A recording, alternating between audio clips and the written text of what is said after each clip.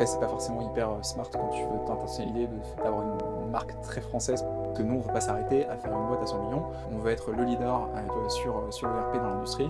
Les performances exceptionnelles dans un domaine sont transférables. Donc si tu as été capable de faire des choses exceptionnelles dans un domaine, tu seras capable de le faire dans un autre. On est une équipe de foot, on n'est pas une équipe de MNL, tu vois. Donc l'équipe de foot, ça bosse la journée, c'est intense, c'est difficile, il faut avoir du grit.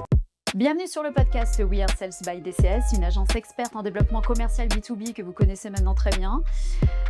Nous sommes sur le podcast We Are Sales, fait par des commerciaux pour des commerciaux. Nous interrogeons des dirigeants d'entreprise, des dirigeants commerciaux et des sales pour partager leurs tips et leurs expériences. Et puis aussi nous rappeler que nous faisons quand même le plus beau métier du monde, c'est-à-dire remettre de l'humain au cœur des affaires. Aujourd'hui, j'ai le plaisir de recevoir Alexandre Barouf, CEO de Bonks. Bonjour Alexandre. Aussi, Merci à toi d'avoir répondu présent à l'invitation. avec plaisir. Ce que l'on va voir ensemble, c'est deux thèmes que nous avons choisis tous les deux. C'est le go-to-market sur les industries manufacturières et la culture sales d'excellence. Par la suite, pour pouvoir évidemment répondre aux ambitions qui sont les tiennes. Et donc pour ce faire, on va d'abord, évidemment, tu vas nous présenter qui tu es, ton Enfin, parcours en quelques phrases et ensuite, l'activité de Banks. carrément, bah écoute, on va faire rapide. Donc moi j'ai commencé ma carrière chez OSS Ventures, qui est un startup studio basé à Paris. Alors un startup studio, pour faire simple, c'est un espèce de fonds d'investissement qui crée ses propres startups. Donc faut Totalement. imaginer ça comme une bande d'entrepreneurs, 5-10 personnes, qui passent leur vie à créer des startups, et donc ils en créent à peu près 4-5 par an. J'ai commencé ma carrière là-dedans. Mon job, c'était product Alors, petite manager. précision, ACS Venture, c'est important aussi pour la Ouais. suite, c'est la référence, enfin un startup studio de référence en Europe de l'industrie 4.0. Exactement, donc il y a 2 gros startup studios aujourd'hui, enfin un qui est très, très connu, qui s'appelle Exai Founders, qui a un peu montré, la voie des startup studios. OSS aujourd'hui, en termes d'ARR, donc de revenus récurrents annuels générés par ces startups, c'est le numéro 2. Ils doivent être à 40-50 millions d'ARR aujourd'hui générés par leurs startups, donc ça commence à être assez Mmh, significatif comme impact. totalement. Et c'est que les startups qui vont digitaliser des processus dans industrie manufacturière et supply chain, donc qui gravitent quand même autour de la production de produits physiques, quoi. Donc tous les secteurs, plus beaucoup de gens connaissent aujourd'hui, et qui ont pas mal décru en France avec la désindustrialisation, mais on va dire que ça fait dans l'équation de réindustrialisation, il y a le digital, et OSS essaie de participer à ça. Donc j'ai commencé là-bas, mon job c'était de monter les boîtes au début sur la partie produit. D'ailleurs, il n'y avait que ça comme job chez OSS à l'époque, c'était très petit, et donc on partait de rien, on trouvait les problèmes, on devait créer une solution aux problèmes. Et on était une bande de product managers qui très jeunes et qui ne savaient rien faire, mais à qui on jetait dans la nature, on les avait dit: «Fais ça».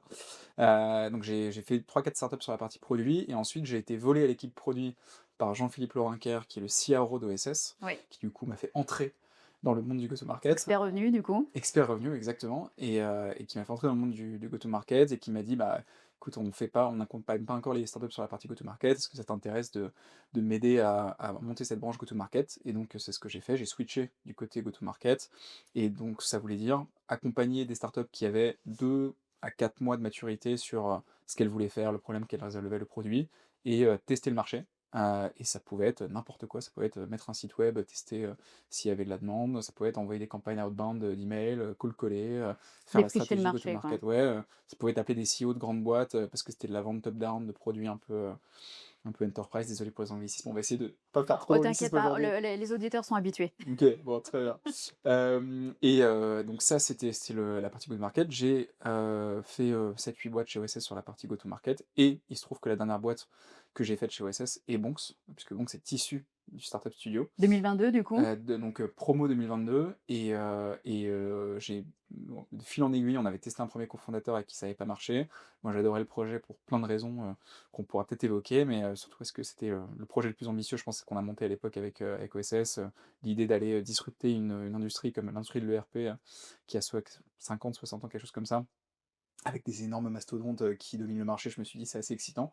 Et, Bah, euh, c'est le plus et gros marché voilà. du logiciel, C'est le plus gros marché le logiciel RP. mondial, le plus gros TAM, Mmh, pour ceux qui connaissent les acronymes, le plus gros Total Addressable Market dans le monde, dans le logiciel. mmh. Et donc, alors évidemment, il n'y a pas que l'industrie qui utilise des ERP, mais c'est vrai que l'industrie est quand même un acteur majeur, on va dire, une grosse part du thème ERP puisqu'il y a la partie finance et puis il y a toute la partie industrielle de l'ERP. Bien sûr. Et voilà, donc l'histoire a commencé comme ça. Je me suis associé avec Rémi Beige qui est, mon associé et CTO de Monks. Que l'on salue. Tout a commencé comme ça et voilà, quand je suis OK. arrivé, Et lui, il fondateur. s'occupe plutôt de la partie CTO et toi, du coup, de la partie sales? Exactement, Rémi, il est vraiment expert, tech produit et industrie, puisqu'il a bossé une dizaine d'années, une quinzaine d'années dans l'industrie, dans les semi-conducteurs, dans le mobilier et cetera. Il a toujours été, un peu l'homme à tout faire digital de ces boîtes-là. Il a codé 2 ERP à partir de zéro dans ses boîtes précédentes, petites boîtes et start-up industrielles, pardon, Mmh. grandes boîtes et start-up industrielles. Donc il a vraiment cette expertise-là et moi j'ai plutôt apporté l'expertise go-to-market, levée de fonds Bah et oui, tu avais cetera, fait quoi. que ça pendant 3 ans au moins. Exactement. Combien de startups en tout, tu disais que tu as Alors, accompagné sur le en go-to-market? tout, j'ai dû alors sur le go-to-market pur, je pense 6, 7, 8 Mmh. produits, 3 ou 4 et sachant qu'il y en a que j'ai fait sur 2 sujets sur les 2 sujets donc Ouais. voilà. Et que du business model SaaS ou pas du tout? Q alors, tu as, des SaaS et des plateformes, D'accord. donc tu as, les SaaS, c'est vraiment plutôt verticalisé sur une tu as une partie, qui va plutôt se connecter aux ERP, plutôt se connecter au CRM et puis après tu as plutôt des plateformes qui sont des produits en général avec des gros scopes fonctionnels, comme l'ERP, qui vont où tu vas avoir beaucoup d'applications qui vont graviter autour, donc D'accord. bon, c'est plutôt dans la catégorie plateforme, même Oui. si c'est un modèle, business model, SaaS, cloud, et cetera. D'accord, OK. Donc avant de nous présenter Bonks c'est ce que fait Bonks et à quelle problématique, répond Bonks, juste j'avais lu un article, je me souviens sur, c'est Renan, hein, le fondateur de OSS Venture, Exactement. qui disait qu'il fallait 9 mois pour sortir une start-up Ouais, alors c'est très pour variable. l'industrie manufacturière? C'est très, très Ouais, variable parce que tu as, des startups qui trouvent très vite leur marché, qui trouvent très vite la vision produit et cetera. Tu as des startups qui mettent beaucoup plus de temps. Donc on a vu des startups qui vont aussi vite que, 3 mois pour trouver leur premier client, des startups qui mettent, 12-18 mois, tu vois? Et ça va dépendre de est-ce que tu arrives à trouver ta vision produit? Est-ce que ton produit se vend vite? Tu vois? Est-ce que tu as des sales cycles, des cycles de vente qui sont plutôt, 2 mois, plutôt 18 mois, plutôt 12 mois et des sales cycles un peu longs dans l'industrie, tu en as pas mal mmh, selon ton modèle. Et donc ça va vraiment dépendre. Mais c'est vrai que la moyenne est autour de 9 mois pour, avoir les bons fondateurs, la bonne vision produit, deux trois premiers clients et être prêt pour lancer un seed ou, tu vois, une première levée de fonds, quoi. et là, à ce moment-là, hop, la start-up vole de ses propres ailes, quoi. Exactement. L'objectif, c'est D'accord, première levée de fonds, elle sort d'OSS, ouais. et elle, normalement, elle est capable de recruter quelques premiers profils commerciaux, de mettre en place la solution sans l'aide d'OSS, et cetera. C'est ce qui s'est passé pour toi aussi, du coup? Alors, c'est ce qui s'est passé pour nous, sauf que nous, on a eu un passage où on a eu un premier fondateur qui a pas marché, donc bon, c'est C'est ce que tu revenu disais, ouais. quelques temps, quelques mois chez OSS où j'ai repris la partie commerciale et c'est là où je me suis associé à Rémi, et cetera. Et Bonks, c'est vrai que par rapport à d'autres produits OSS, a pris beaucoup de temps, pour sortir la 1re version du produit parce que c'est un ERP et tu recodes pas un ERP, en 2 jours, quoi. C'est sûr. Et donc ça nous a pris beaucoup de temps d'efforts produits et évidemment l'aide d'OSS sur ça a été précieuse puisqu'on a pu aller, très, très vite sur, le développement, quoi. Et la dernière levée, elle a été annoncée en juin 2025, c'est ça, hein, je crois? Exactement. C'est 7,5 Exactement, 7,5 millions en euros, exactement. €? En euros, ouais. Et avec un fonds qui s'appelait 9 900 quand on a levé, qui s'appelle maintenant BNVT Capital, D'accord. qui est un jeune fonds, mais créé par des anciens de Edosofia et Battery Ventures, qui sont, un très bon fonds, Royaume-Uni et un très bon fonds US, Battery. Voilà, donc super relevé, on est hyper content de ça, ouais, ouais. Alors explique-nous maintenant ce que fait Bonks, justement.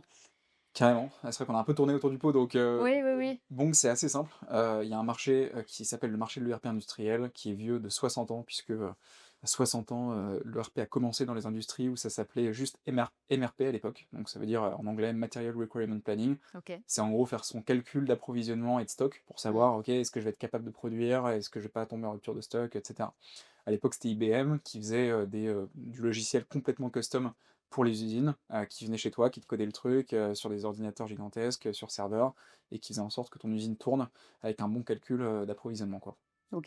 Ça a commencé comme ça, puis après SAP est arrivé, Oracle est arrivé, il y a eu, les fameux, déploiements ERP qui ont commencé de l'enfer où, ton ERP est acheté par, le directeur financier, puis finalement ça devient un enfer de déployer à l'échelle parce que c'est du développement spécifique et cetera. Mais bon, des énormes boîtes et des superbes boîtes de C'est tech qui se ça, sont c'est une créées. suite logicielle avec un seul prestataire, quoi, Exactement, pour mais faire avec un simple. modèle, pas mal axé autour du service, Ouais. puisque SAP, Oracle, Microsoft, quand ils te vendent un ERP, surtout sur de la grande boîte ou de l'ETI, ils ont un modèle où en fait, ils vont pas pouvoir avoir un produit, qui s'adapte, tu vois, instantanément à tes opérations ou rapidement à tes opérations. Donc ils vont t'envoyer une armée de consultants ou d'intégrateurs, qui ont évidemment un rôle, hyper clé à jouer, mais qui sont là aussi parce que, qui font un rôle de customisation du software si tu veux, parce que Mmh. le software n'est pas très facilement personnalisable. D'accord. Voilà, donc on s'attaque à ça, si tu veux, à cette, aux players où on vient amener une nouvelle génération de RP, notamment, dans un contexte où tu as une technologie qui est devenue disponible il y a, 3-4 ans qui s'appelle l'IA, donc l'intelligence artificielle, tu vois, tous les modèles de langage qui débloquent énormément de choses sur ce qu'on fait. D'accord. Donc nous, on fait globalement, 3 choses. Le 1er truc, c'est qu'on vient servir un marché qui a été sous-adressé sur l'industrie qui est, le marché des PME industriel, où en fait tu as une myriade de logiciels, tu as pas un acteur qui a plus de 10 de part de marché sur ce logiciel, donc ça nous a vachement intéressé quand on a vu ça. Le deuxième truc, c'est qu'on ne se concentre que sur la partie opérationnelle des entreprises industrielles, donc on ne résout que des problèmes, tu vois, vraiment, indus, opérationnel, Supply chain. supply chain exactement, et on se concentre pas du tout sur la partie compta, qu'on OK. va plutôt laisser à des outils, comptables, et tu vois, tu en as plein qui émergent, notamment Penny Lane, Ni en CRM. France. Ni CRM, Mmh. où là aussi pareil, tu as des super outils Salesforce, HubSpot et cetera. Ouais. Donc on a plutôt Plutôt conçu HubSpot pour le l'application, PME? Ouais. ouais, exactement, plutôt HubSpot pour les PME, et on Mmh. a conçu l'application pour qu'elle soit très facilement interopérable avec justement ces logiciels de compta et ces logiciels CRM. D'accord. Donc ça c'est tu vois sur l'aspect, notre cible, PME. Le deuxième truc, c'est le fait qu'on s'est concentré sur la partie vraiment opération, on s'est pas fait la partie compta. Ouais. Et le troisième truc, c'est on a essayé de résoudre le problème fondamental de l'adaptation au business, qui est le problème de l'ERP industriel, puisqu'en fait, tu arrives sur une boîte industrielle, chaque métier, chaque verticale est différente, et même chaque usine est différente en réalité dans le process, dans la manière d'opérer, en fonction de qui sont ses fournisseurs, sa manière d'opérer en supply chain, etc. Et on le résout avec notamment l'IA, mais deux technologies, le no-code et l'IA, et qui nous permettent d'implémenter beaucoup plus vite, donc en ingérant la data beaucoup plus facilement, en allant s'adapter au process de nos clients beaucoup plus facilement, et de permettre à l'industriel de reprendre le contrôle sur son ERP D'accord. et de jamais avoir de différence, si tu veux, entre ce dont il a besoin et ce que l'ERP est capable de faire. Ce qui D'accord. est le problème, de comment, je sais pas comment on dit millénaire version décennie, mais depuis des décennies, c'est le Oui. problème de l'ERP, c'est qu'en fait, tu mets en place un ERP, très souvent il est obsolète jour 1, parce qu'en fait, tu as mis 2 ans à l'implémenter quand tu es une PME. En fait, tu vois, tu l'as mis en place pendant 2 ans, tes opérations ont changé, boum, c'est déjà obsolète. Et quand tu veux faire des modifications dans ton ERP, c'est des cycles, des temps, des coûts d'implémentation extrêmement longs et d'intégration très longs. Donc nous, on résout complètement ça. Toute modification dans Bonks sur du process, sur des règles business, etc., elle est instantanée. Donc tu peux décrire tes règles à Bonks, tu peux très facilement mettre en place des workflows dans Bonks, et tout ça est instantané, sans surcoût. Donc il n'y a pas de coût supplémentaire pour un nouveau process, et donc tu fais en sorte d'avoir toujours des processus adaptés à la vie des équipes, à ta manière de fonctionner, etc. C'est également personnalisable, donc du coup, au fil de toute la vie, en fait, des sites de production, par exemple, l'usine, enfin, en tout cas, de l'industrie. Ça veut dire que, on est obligé de faire appel à quelqu'un de bon que après, pour, réadapter, en fait, les ou avec le no-code, finalement, il y a, l'industriel peut de lui-même, en fait, après, faire les ajustements dont il a besoin? Ouais, alors tu as 2 types tu 2 types de choses. Déjà, l'objectif, c'est que l'industriel soit un maximum autonome sur l'application. Donc nous, on le forme pendant le déploiement, et en Mmh. fait, il y a quasiment pas de formation parce que c'est très simple l'utilisation. Donc en général, l'adoption, elle se fait, C'est top. naturellement au cours du déploiement.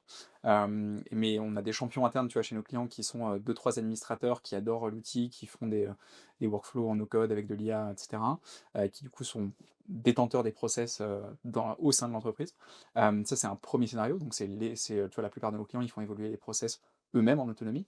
Le deuxième scénario, c'est, bah, quand il y a besoin de support de notre part, nous, on a toujours un support disponible, on fait des points à peu près, tu vois, tous les 3 mois avec Mmh. chaque client sur, leurs besoins, où est-ce qu'ils en sont, ce qu'on peut débloquer chez eux, et cetera. Et le troisième cas, c'est on a beaucoup de clients qui choisissent d'avoir un partenaire intégrateur ou, freelance, sur le sujet Bonks, qui va leur développer des trucs, qui va continuer d'améliorer l'application, et donc on a une myriade de, partenaires, D'accord. intégrateurs et freelance, qui sont en général des indépendants proches de notre base client, et en général des personnes de confiance aussi pour nos clients, qui vont être capables, tu vois, de les aider, de les accompagner sur la partie Bonks, D'où une future stratégie de channel management, on en parlera par la suite. exactement. OK, c'est en fait, ce que tu amènes, donc c'est une mission qui est très importante, c'est de l'agilité industrielle. C'est ça. Parce qu'on en parlait tous les 2, on parle beaucoup de la réindustrialisation aussi de la France notamment. Alors évidemment, toi, tu es déjà présent en Europe, donc tu ne t'occupes pas que de la France, mais c'est quand même, important aussi pour, notre marché et il y a un chiffre, que j'avais lu moi chez, À la BPI, mais je crois que c'est un chiffre que tu partages aussi, c'est-à-dire qu'aujourd'hui l'industrie représente 10, c'est ça, du PIB français? Bah, c'est même 9 maintenant. Ça a 9. baissé à 9, hein. Zut! Bon, Ouais, mais il faut continuer en tout cas à les soutenir et à amener de l'agilité parce qu'il ouais. y a des gros enjeux de production pour arriver à 12 points de PIB, normalement en 2035, Il si je faut me même trompe viser pas. plus.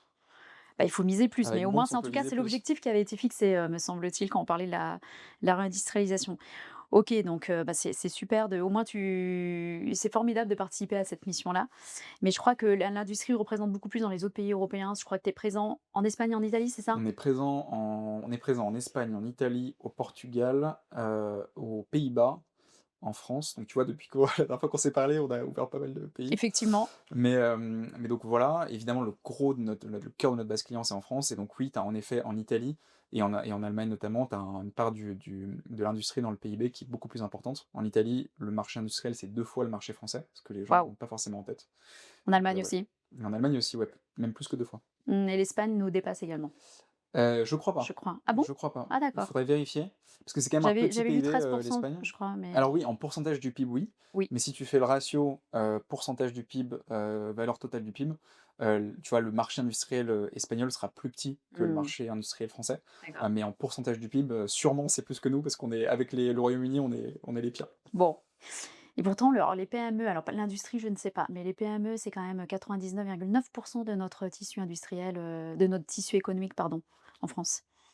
Donc Ouais. mais la part de l'industrie, je ne sais pas. OK, donc c'est très clair pour Bonks et donc du coup, c'est alors on parle d'une vision, c'est toi qui me l'avais appris d'ailleurs, ce terme-là. Je crois que j'avais écouté un ancien podcast à toi, c'est une vision best of breed. Ouais, Ça veut dire que finalement, c'est on choisit les outils les mieux adaptés pour chaque pôle. exactement, donc si tu c'était mon deuxième point si tu veux, enfin c'est le terme technique pour mon deuxième point que je t'ai donné, qui est que nous on a choisi de faire que la partie C'est opération ça. chez Monks. Donc c'est une approche en IT qu'on appelle Mmh. l'approche best of breed, où tu dis, bah, en fait, il y a des outils qui se créent sur différents métiers qui sont vachement bien. Aujourd'hui, les outils sont interopérables parce que tu as des technologies d'API, donc c'est-à-dire ce qui te permet de connecter les logiciels entre eux, qui sont hyper matures. Mmh. Et donc tu peux connecter Monks aujourd'hui très facilement à un outil de compta, un outil de CRM. Donc nous, on n'a pas vocation à aller faire ces choses-là, notamment parce qu'en plus ça nous créerait plein de contraintes produits qu'on n'a pas envie de s'appliquer. Et voilà, donc bah, approche best of breed, on va très facilement justement se connecter à une myriade d'outils. Donc CRM, finance, c'est les plus connus, mais après, on est chez plein de clients, on est connecté à des logiciels de design industriel, des logiciels e-commerce comme Ouais, Shopify, des ouais. logiciels, tu des machines, on est connecté à des imprimantes 3D à Barcelone, par exemple. Alors au-delà de les aider à l'agilité industrielle, il y a aussi un autre impact que vous avez et que je ne sais pas si tu en as conscience, c'est que nous, on a ouvert une verticale industrie chez Dreamcatcher Sales. Alors évidemment, on est spécialisé dans les fonctions sales, mais pas que. Quand on discute avec eux, les dirigeants de PME industrielles, leur premier challenge, c'est la pénurie de talent, Ouais, justement. 100%. Et C'est peut-être pire que la tech d'ailleurs, pour ça. Exactement, et en fait, mais toutes les avancées technologiques qui s'adressent à ces PME manufacturières participent à l'attractivité aussi de l'industrie, 4.0. Donc du coup, ça mine de rien, c'est pour leur marque employeur, hein, c'est aussi important d'avoir les bons outils à Mhm, mettre entre les mains, 100%. de leurs talents. 100% et nous, on nous l'a dit, on a eu des verbatim d'entrepreneurs qui ont choisi Monks, littéralement en nous disant ça, c'est qu'ils nous ont dit, bah, en fait, si je prends pas Monks aujourd'hui ou si je reste sur ma vieille version de, on dira pas J'arriverai les pas à noms, recruter. exactement, j'arrive pas à recruter, ou mes meilleurs éléments jeunes vont quitter la boîte, vont aller chez le concurrent, etc. Et donc, c'est des vrais trucs, c'est des vrais verbatim qu'on a dans l'industrie. Ouais. Mmh, ça ne m'étonne pas du tout. Parlons du coup de ce fameux, de ta stratégie, pardon, go to market, qui est spécifique à l'industrie. Donc, pour bien comprendre ta strat, il faut évidemment bien comprendre aussi, Ouais. ton marché. Le marché de l'ERP, on en a déjà parlé. C'est un marché aussi, on pourrait rajouter, qui est très, sales-led, donc du coup est très haute bande. Ouais, Donc complètement. on va justement creuser sur ta stratégie, haute bande. Juste pour, avant cela, rappelle-nous ton ICP, du coup, c'est PME, segment PME? Ouais, ces segments, c'est les moyennes et grosses PME, si tu veux, Mmh. en forte croissance, ce qui est un vrai marqueur chez nous d'achat parce qu'en fait, une PME en forte croissance en général, c'est Bonks ou rien. Parce Mmh. que Bonks va être capable de l'accompagner dans sa croissance, tu vois, sans, besoin d'intégration particulier ou de gros projets et cetera, ce qui peut être très bloquant pour un entrepreneur. Donc voilà, donc c'est un très fort, marqueur chez notre ICP. Les autres Jusqu'à 250, 300 salariés? Ouais, aujourd'hui, on a même des clients qui font plus de D'accord. 300 employés, mais c'est vrai que le cœur de cible, Mmh. c'est, 50 à 150. C'est D'accord, vraiment OK. le cœur de cible, où en fait, il y a le plus de valeur pour les industriels parce qu'ils sont beaucoup à économiser, sur les gains en termes de marge et cetera et quand il y a de la croissance à faire, bah, bon, c'est un peu une solution évidente. Et tout secteur ou Bonks s'adapte particulièrement bien à certaines verticales? Alors tout secteur, on a c'est un peu la force de Bonks, c'est qu'on a conçu un moteur, d'adaptation, aux différents business industriels qui nous permet d'être aussi performants Mmh. que les solutions verticales. Tu vois, je pense à la joaillerie, je pense à l'agroalimentaire, je pense au textile où il y a des solutions verticalisées pour ces métiers, et on les bat à 100 du temps sur les deals, même si on est plus cher parfois, parce qu'il y a beaucoup plus de valeur, chez Bien Bonks, sûr. et parce qu'on est capable de s'adapter tu vois, aux métiers de ces différents secteurs avec notre moteur d'IA et de nos codes. Et donc sur ce segment-là, tu fais plus d'implémentation ou de remplacement de RP? C'est vraiment 50-50 en ce moment. On a commencé D'accord. beaucoup par de l'équipement, Oui. tu vois? Où on arrivait sur, de l'Excel et on digitalisait de l'Excel, au tout début et aujourd'hui, c'est vraiment les 2. Tu vois? On a remplacé du Sage, on a remplacé du SAP, on a remplacé, du Microsoft, D'accord. donc on a remplacé tous les gros, tu vois? Récemment, on est assez content. Et donc tu as vraiment les 2. Ça va dépendre des types de boîtes mais c'est pas forcément lié à la taille. Tu as des petites boîtes qui ont mis en place, tu vois? Une version de Sage, au début, puis finalement veulent changer, ça veut rien dire. Et figure-toi, il y a des très grandes boîtes, très grandes boîtes dans notre cible, tu vois? Les boîtes de 300 personnes, qui ont toujours rien sur la prod et la supply et qui font tout sur Excel. Ah d'accord. Ça existe. OK. Bah, après on va en parler justement pour, bah, comment tu fais pour les identifier, mais pour qu'on comprenne bien ta stratégie outbound, parce que ça a de l'impact aussi. Là, tes cycles de vente, on parle de des cycles longs ou des cycles courts? Cycle court, enfin très court Que pour ce ce qu'on soit fait. équipement ou c'est le même d'ailleurs, équipement ou, Ouais, remplacement? tout à fait. Ce qui va Ouais. déterminer si c'est un cycle, enfin si vraiment il y a une nous ce qu'on regarde, c'est les intentions d'achat. Tu vois, c'est le pain chez le client et l'intention d'achat, c'est-à-dire, est-ce qu'il a un projet structuré pour la mise en place d'un ERP ou le Avec un budget. remplacement de son ERP? OK. Exactement. Donc nous, on va targeter que ça, ce qui fait que nos cycles de vente sont très courts parce qu'on va filtrer pour avoir les gens qui sont vraiment prêts à avoir la discussion, business avec nous de, qu'est-ce qu'on va résoudre comme problème chez vous? Est-ce qu'il y a des gros problèmes? Parce que nous, on cherche pas à résoudre des petits problèmes, quoi. Donc l'objectif, c'est vraiment de leur apporter beaucoup de valeur. Donc on va chercher ces projets structurés ERP sur des boîtes entre, 30, et 200 personnes, et on va filtrer sur, la croissance, sur, tu vois, le type de dirigeant, et aussi sur à quel point un dirigeant est arrivé récemment. C'est vraiment ça qu'on va cibler, quoi. Et alors tu choisi quelle stratégie, du coup, là-dessus, en sachant tout ça? Quel persona tu dois alors les personas ce sont on l'a pas dit, mais ce sont les dirigeants de PME? Ouais, alors c'est un autre élément de la stratégie qui fait que je pense qu'on a des cycles de vente aussi courts, Mmh. et on pourra se parler du dernier élément qui est technique sur les cycles courts, mais sur la partie vraiment approche sales, on ne va en premier lieu que targeter les PDG. Donc tu vois, on va vers les PDG en premier lieu et on a les sales n'ont pas le droit. De toute façon, on leur donne des listes, automatiquement avec de l'IA, on pourra en parler, mais oui, ils n'ont pas le droit de contacter, en dessous du PDG avant d'avoir contacté le PDG. Parce qu'on sait que sur le projet ERP, c'est toujours le PDG le décisionnaire. Donc on préfère être renvoyé vers quelqu'un dans l'organisation Uniquement par du le top down. PDG. Exactement, que du top down. Et puis surtout, très souvent, sur le cœur de notre cible, c'est un entrepreneur qui est PDG. Il va être très proche, de la décision ERP parce que, il est encore très proche de ses opérations, il comprend son business de fond en comble et cetera et donc on sait que c'est la bonne personne, à qui il faut parler. Et après les DAF et après les DSI? Alors les DAF pas du tout chez nous, Ah oui, parce que comme on fait pas la partie compta, les DAF sont parfois impliqués dans la discussion, mais ils sont très souvent, au cœur de ce qu'on fait. Donc nous, on va plutôt se connecter à son outil. Au DAF d'ailleurs, on résout beaucoup de problèmes pour les DAF parce que le DAF n'a plus à choisir, et n'a plus à se battre contre la prod pour choisir l'outil, parce qu'il peut avoir son outil qui, de préférence va parfois être Penny Lane, très souvent Penny Lane, parfois un autre.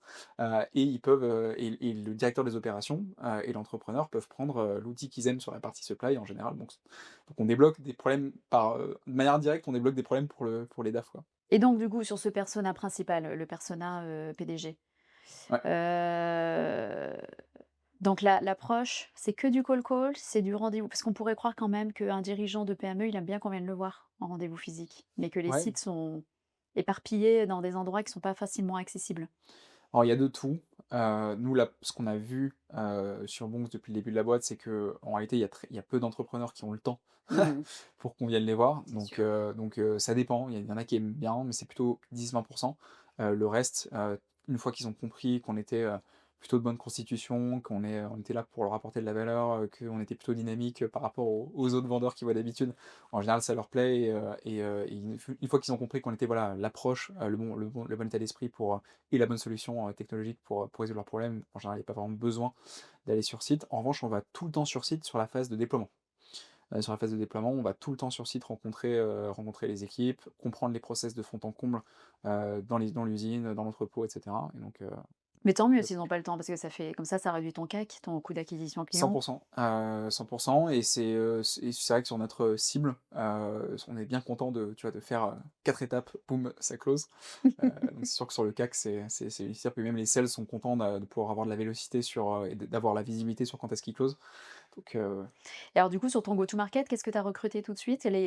Comment tu as organisé ton embryon sales alors, machine? c'était très, sur la partie closing, on a été très, founder-led comme on dit, dans la startup nation, donc c'est moi qui faisais beaucoup le closing, sur la partie commerciale. Mmh. Donc on n'avait pas forcément besoin, tu vois, de quinte exécutive, très senior au début. J'ai fait monter très vite 2 personnes qui étaient, chez moi depuis le départ sur la partie sales, une sur la partie Italie, un sur la partie France qui au début faisait, que la prospection, des campagnes d'email et tout, puis qui petit à petit sont montés sur des premières phases, de cycle commercial, discovery, démo et cetera, qui maintenant sont tous les 2 quintes exécutives, dans la boîte. D'accord. Donc ça, c'était l'organisation, tu vois, un peu, Mais tu tout de suite allé, tu tout de suite ouvert en fait, l'Italie ouais, et l'Espagne parce que mais alors l'Espagne, c'était un coup de chance, d'accord, l'Italie, c'était intentionnel. c'était l'opportunité. Ah oui, Ouais, OK. ouais, ouais, ouais.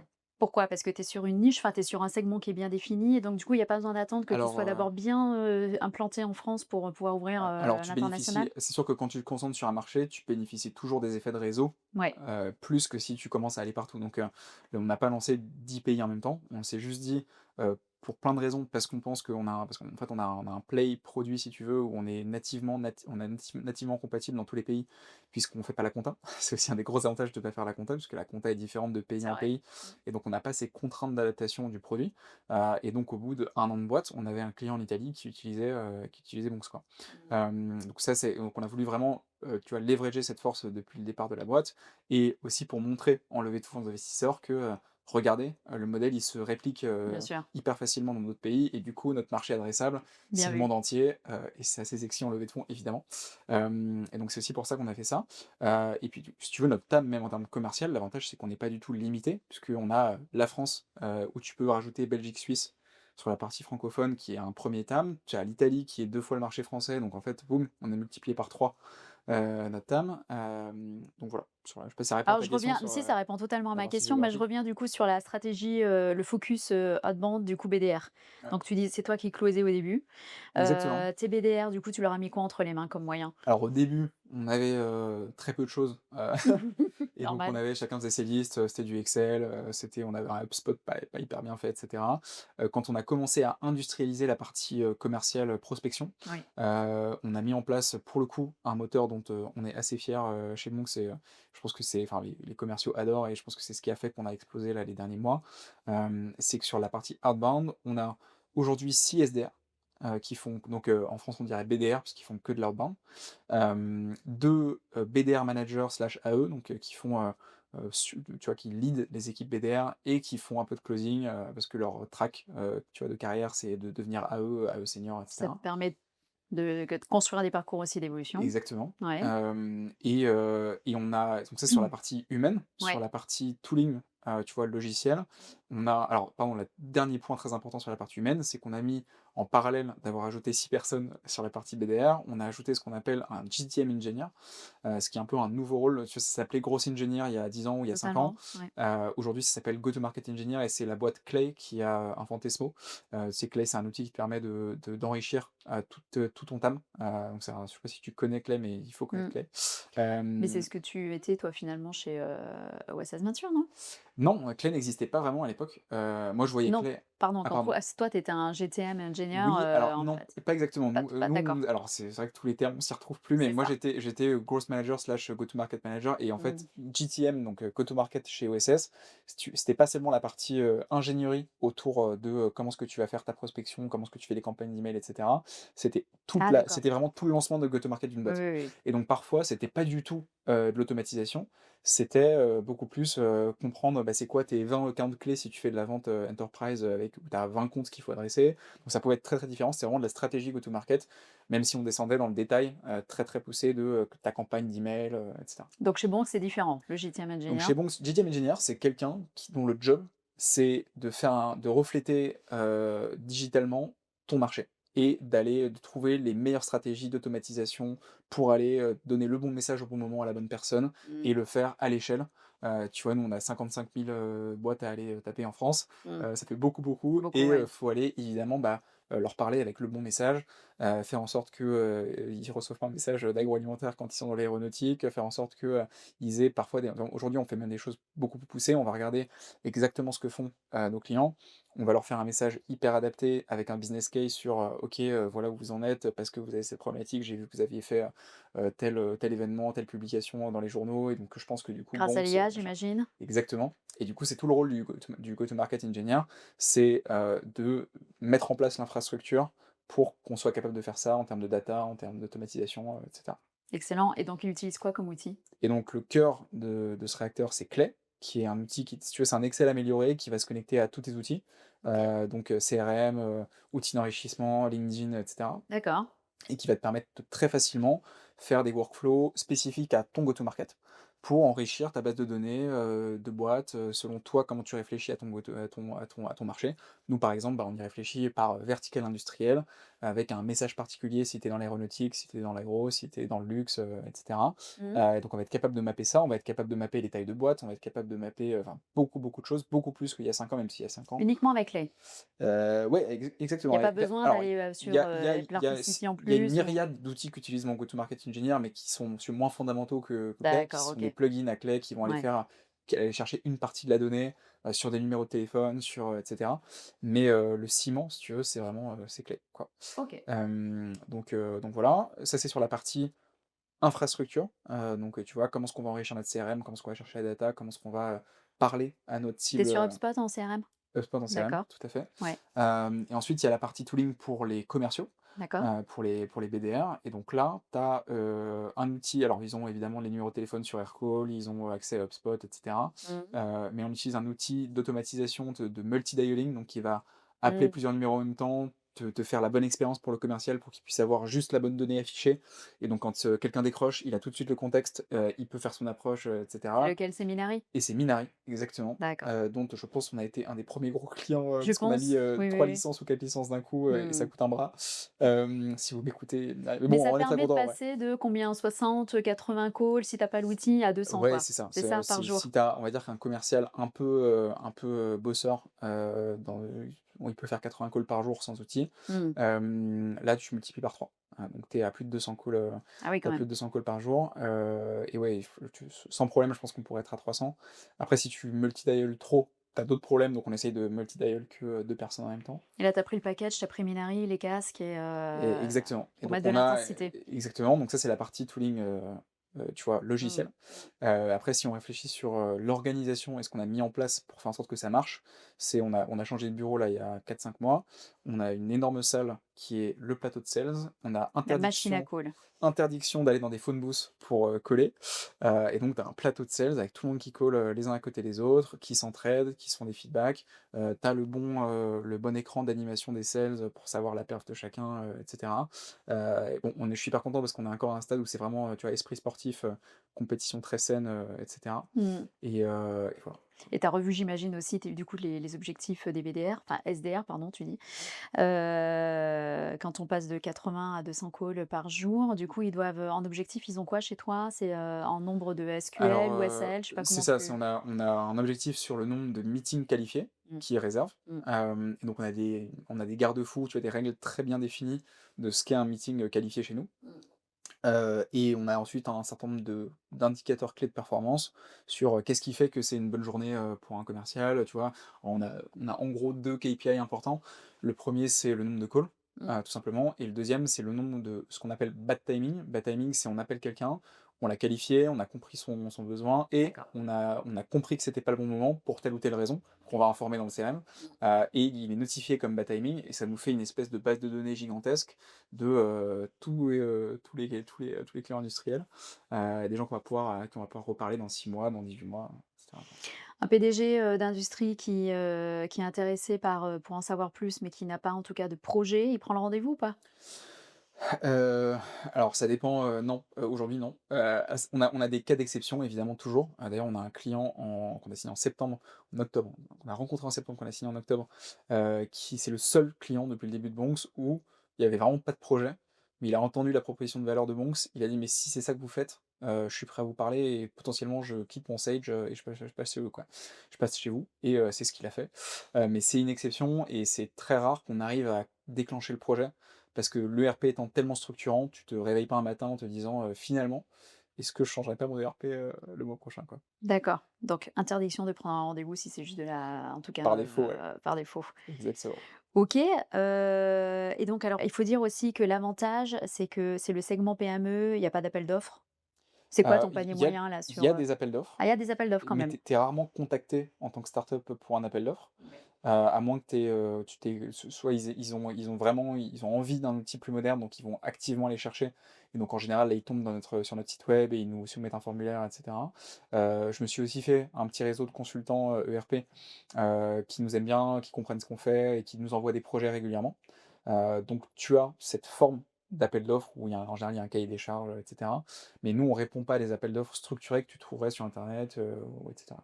D'accord, On va OK. pas chercher activement les appels d'offres. Donc d'où la nécessité en tout cas, d'investir dans l'équipe outbound et dans la stratégie outbound dès le départ. Donc tes 6 SDR, ils s'arrêtent où? Ils s'arrêtent à la prise de rendez-vous, pas de démo, pas Alors, de il s'arrête à la prise de rendez-vous, pas de démo, pas de discover. En fait, on a complètement séparé, si tu veux, les 2 cycles. Le cycle d'accord. d'identification, d'opportunités et le cycle de vente, à proprement parler, puisque c'est 2 choses complètement différentes chez Monks.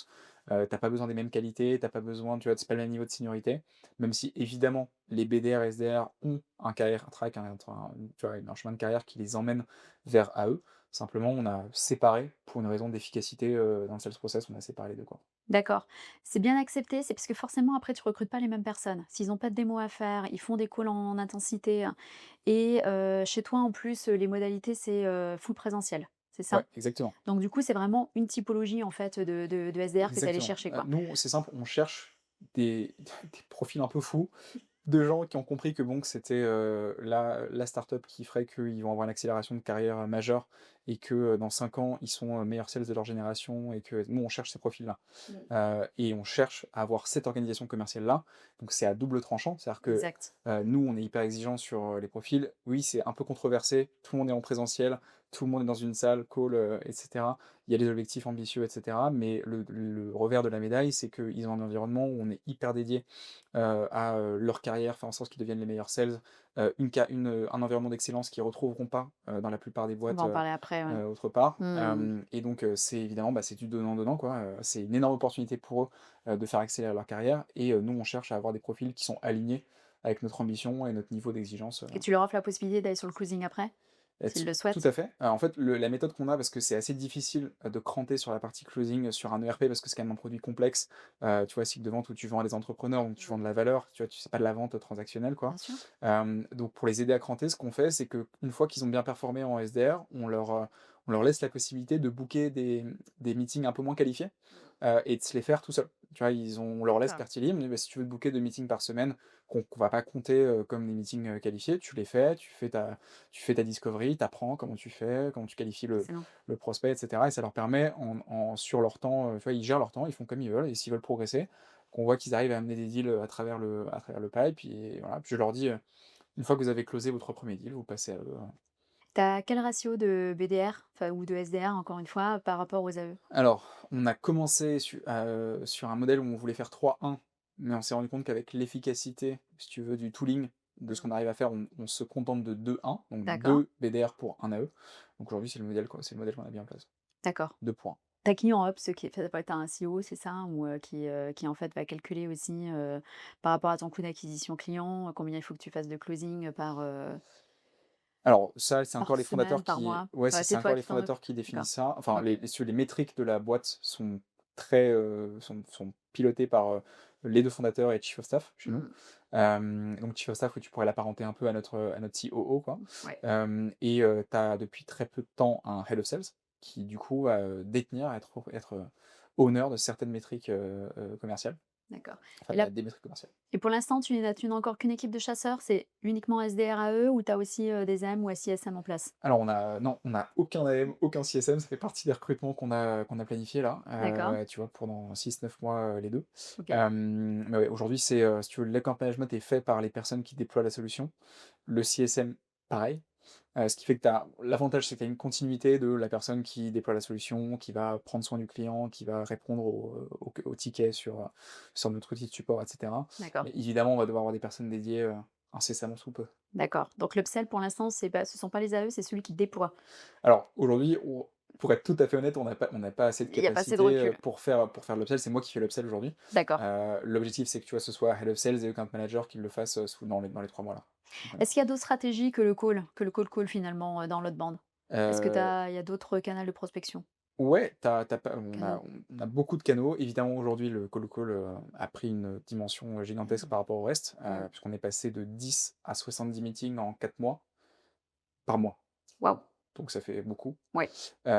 juste sur le cold call. Sur les restes des canaux, tu as le cold email qui a toujours bien marché, chez Monks, tu vois? Donc avec une approche, évidemment assez tranchante, par rapport à notre marché en disant, «Allez, abandonnez les ERP, traditionnels, prenez l'ERP, IA, en plus c'est français», et cetera. La petite French touch. Ouais, la petite French touch. Alors au début de la boîte, c'était beaucoup la French touch. Après c'est pas forcément hyper, smart quand tu veux t'intentionner d'avoir une marque très française parce que tous les pays ne sont pas friands de la marque française. Donc tu as le cold email qui marche bien, tu as, l'inbound qui est réparti en, channel. Moi channel je le mets dans l'inbound, je sais pas pourquoi. Parfois les gens le mettent en outbound, moi je le mets en inbound. OK. Channel, content, Il y a du sens en heu, même temps, le mettre dans l'inbound, ouais. ouais et ouais, Mmh. bah, pour moi tu vois c'est Bah, c'est c'est entrant, des bah deals, oui, ouais c'est ça. c'est un partenaire qui t'amène un lead, quoi. Exactement. Mmh. Donc on a content qui marche bien, à la fois le site web, tu vois, SEO, on a beaucoup de leads qui nous viennent des LLM, donc de ChatGPT, de Gemini, qui nous recommandent, aujourd'hui sur les gros, modèles d'IA que tu connais. Excellent, ouais. On a donc tout ce qui est, social media, donc LinkedIn surtout. Qu'est-ce qu'on a d'autre? On a notre réseau, mine de rien, où on a notre réseau donc de clients, où nos clients nous recommandent à leurs potes, à la l'usine d'à côté, à des gens qu'ils connaissent, et cetera. Des investisseurs qui nous recommandent des clients, des gens qu'on connaît par, effet de réseau, voilà et donc tout ça combiné, ça te fait, 25-30 d'inbound sur, le nombre de leads totaux, quoi. D'accord. Mais qui sont gérés du coup, c'est les SDR qui récupèrent les MQL et qui les transforment ensuite? Ouais, c'est ça. Alors ça dépend D'accord. de exactement, d'où ça vient. Tu vois, si Mmh. ça vient du réseau, en Mmh. général, on va plutôt prendre les fondateurs, le deal, on est encore à D'accord. un stade où on a la Selon capacité la de le provenance. faire. Si ça vient de l'inbound pur du site web, on va plutôt les assigner à différents commerciaux qui vont préqualifier et qui vont les envoyer derrière à un account exécutif. Et à terme, parce que là, tu as un CMO qui va arriver, Ouais, un ou une, et donc du coup, est-ce que tu vas mettre aussi une équipe de SDR sous le CMO qui va, hem qualifier les leads entrants? Possiblement. D'accord. Aujourd'hui, on a si tu veux des je pense qu'il y aura beaucoup de choses à prouver sur le marketing avant qu'on soit à un stade de scale où on a besoin d'avoir, tu vois, des SDR, purs inbound. Mmh. Mais ouais, possiblement, de toute façon, ça viendra forcément à un moment. Et tu as déjà une idée un petit peu aussi de la strate enfin marketing et com, que cette personne va devoir, mettre en place? Parce que tu me parlais, je me souviens, quand on a préparé le podcast de secteur unsexy. Donc quelles sont les particularités à ton avis? Comment communiquer en fait Ouais. finalement pour attirer, Alors, oui, bon, pour pas que ce soit mal pris, le côté, moi, pour moi, au contraire, je dis unsexy, mais en fait, pour nous, c'est hyper sexy. On adore ça. Moi, j'ai évidemment, baigné pour là-dedans nous aussi, hein. depuis 10 ans, donc voilà. Mais c'est vrai qu'il y a cette notion, quand on dit unsexy industry, unsexy sector, c'est un peu pour les, tu sais, les investisseurs, VC, Oui. qui connaissent pas forcément très bien, pardon à mes investisseurs VC, mais qui connaissent pas très bien, en général, ces secteurs-là, tu vois, qui sont très, sur la dernière boîte de livraison de croquettes pour chiens, sur, la dernière boîte, d'AI et cetera. Mais les secteurs industriels, en général, sont très peu connus des VC, donc tu vois, on les catégoriserait sur du unsexy business. Mais en fait, c'est les business qui, marchent, très souvent du feu de Dieu, qui sont, Totalement. le cœur de réacteur de l'économie, et qui sont, justement, il y a un énorme gain à bien les connaître, puisque c'est des secteurs peu connus du monde de la startup, quoi. D'accord. Et donc, oui, évidemment, il faut une approche particulière pour ces secteurs-là. Dans l'industrie, tu as un truc particulier, c'est que l'industriel a besoin qu'on lui parle de son métier et qu'on lui montre qu'on connaît son métier. Et donc ça marche pour l'approche marketing et ça marche pour l'approche sales. L'approche marketing, c'est tout ce qui tourne autour du contenu et du product marketing. Donc tu vas vouloir montrer par verticale industrielle ce que tu es capable de faire, que tu es capable de comprendre les enjeux du métier.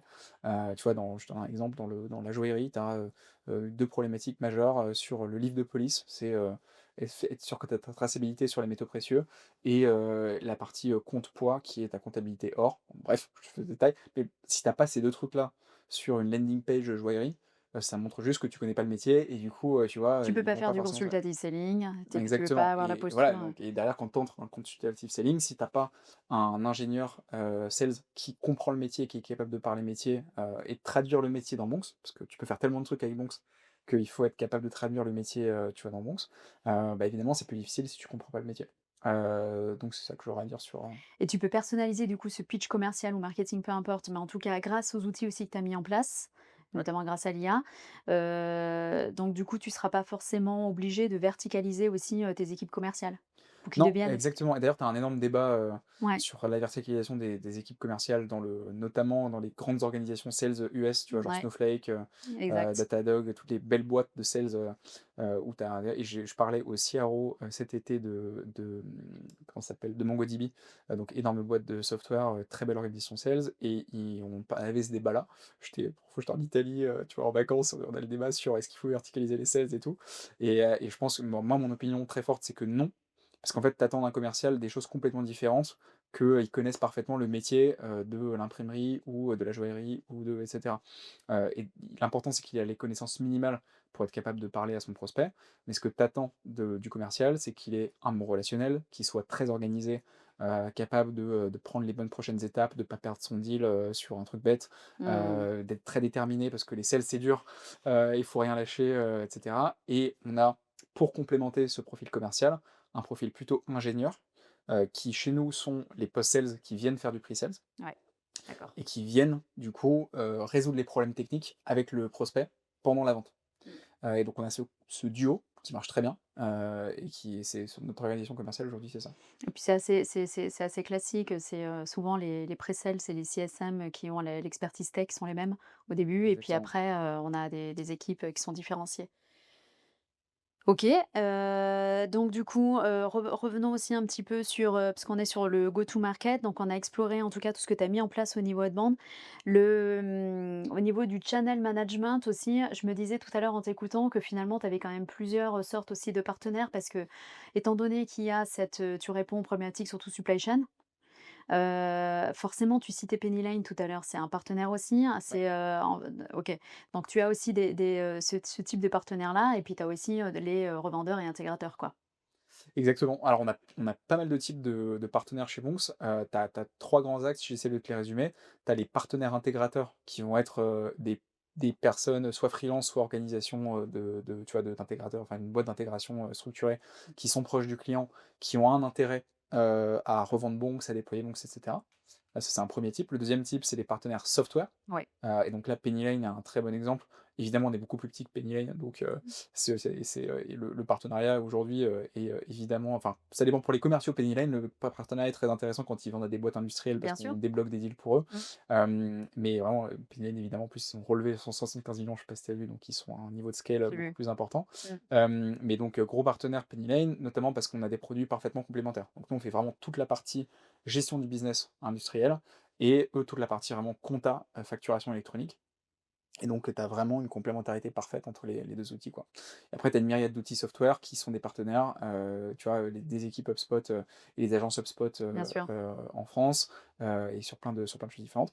Le dernier type de distributeurs, tu vois, partenariats, c'est des accords de revente, de distribution, Mmh. on a notamment, tu as, un accord avec un des plus gros retailers européens qui distribue Bonks sur l'ensemble de sa supply chain, qui va notamment, bah, tu vois, suggérer Bonks à ses sous-traitants et cetera, notamment dans une stratégie pour eux de digitalisation de leur supply chain, mais voilà. On a aussi ces deals avec des boîtes, tu vois, plus, originales, des boîtes industrielles qui revendent Bonks, à l'échelle, quoi. C'est toi aujourd'hui qui t'occupes plutôt du partnership? Ouais, aujourd'hui c'est D'accord, 100 moi, oui. 100 moi. Évidemment, il faudra qu'on se structure là-dessus à un moment, avec une personne dédiée, et cetera, mais aujourd'hui c'est moi.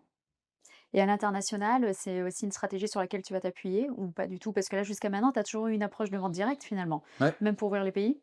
complètement, clairement ça fait partie de la stratégie, d'internationalisation, surtout aux US. Où, tu vois, on a pas mal de discussions avec des partenaires software potentiels aux États-Unis pour éviter de tu vois, enfin, pour complémenter notre approche outbound quand on va lancer les États-Unis, Mmh. avec une approche, partner, pour aller plus vite tout simplement, Ouais, et s'insérer plus vite dans un réseau industriel, ouais. et ouais, ouais, 100. C'était, prévu pour, fin 2026 peut-être les US? Ouais, tu vois, on fera quand on pourra. Aujourd'hui, l'objectif, ce qui nous manque pour lancer les US, c'est que je me sois vraiment enlevé de la partie commerciale en Europe. D'accord, oui, je vois. Une fois qu'on a fait ça, je serai beaucoup plus Tu libre pourras te pour, concentrer, pour lancer les US, exactement. Mais on a déjà des touches aux US, si tu veux, sans faire grand-chose. Donc peut-être que ça viendra avant qu'on fasse des efforts. Aujourd'hui finalement, c'est, ton ambition, sur, l'année, 2026? Qu'est-ce que ça va être ta Ouais. priorité? Alors, la priorité, c'est d'être vu comme la nouvelle solution dominante dans 3 pays en Europe. Ça, c'est le plan pour 2026. Et donc, ça, C'est bien parti. c'est la vision 2026, et je pense qu'en France, on est très bien parti. En Italie, il faut qu'on fasse encore plus de bruit, il faut qu'on se trouve un troisième pays, tu vois, où on se dit vraiment on veut atteindre un haut niveau de visibilité, et d'acquisition. La fin 2026, ce sera, comme on en a parlé, tu vois, l'ouverture des US, sur le dernier trimestre. Donc ça, c'est l'ambition pour 2026 déjà, pour faire ça. D'accord. Le 3e pays, tu l'as identifié ou pas encore? Alors on a plusieurs possibilités. C'est-à-dire qu'on est déjà en Espagne, donc on se dit, tu vois, le produit est en espagnol, on a l'Espagne, c'est un truc intéressant. Après, tu as un gros marché aussi en Allemagne et au Royaume-Uni, donc c'est des possibilités. Mais c'est des discussions, en ce moment avec mon head of sales, pour savoir où est-ce qu'on va, quoi. Quand on a des ambitions qui sont grandes comme toi, donc on a vu la nécessité de mettre en place déjà, au niveau tooling notamment, toute la machine qui va bien, mais on va se concentrer du coup sur le deuxième thème de notre podcast, c'est-à-dire, la culture sales d'excellence que tu Carrément. insuffles finalement à tes équipes. Déjà, que tu as choisi aussi, toi-même et j'aimerais bien que tu nous exposes justement tes convictions, enfin la culture que toi tu as construit chez Monks. Ouais, carrément. Bon, si tu veux, moi j'ai commencé en sales quand j'étais chez OSS, puisque dans le go-to-market, il n'y avait pas que la partie, growth, marketing. Ouais. Il y avait aussi la partie sales qui était, surtout quand tu fais des boîtes sales-led, donc drivées par les sales, où tu vas vendre aux clients, où la vente est faite par le fait que tu interagis avec le client. Bah, j'ai été acculturé aux sales, très tôt, et surtout mon manager était un pur sales qui s'appelle Jean-Philippe Laurincar, qui est le CRO d'OSS et qui m'a, du coup, quasiment tout On connaît appris, bien chez Dreamcatcher Sales. voilà, et qui est en plus, en termes de manager, ne lâche rien, Mmh. et donc bah, vraiment, ça, il y a rarement des compliments, beaucoup, beaucoup de feedback tout le temps sur ce que je faisais mal, et puis surtout, très expérimenté, très fort, et donc j'avais, directement un niveau, si tu veux, d'attente sur ce qu'est un bon sales, et cetera. Puis c'était aussi dans un bain où le niveau de la culture d'excellence chez OSS est, jusqu'ici, j'essaie d'avoir le même niveau d'excellence chez Bonks, tu vois?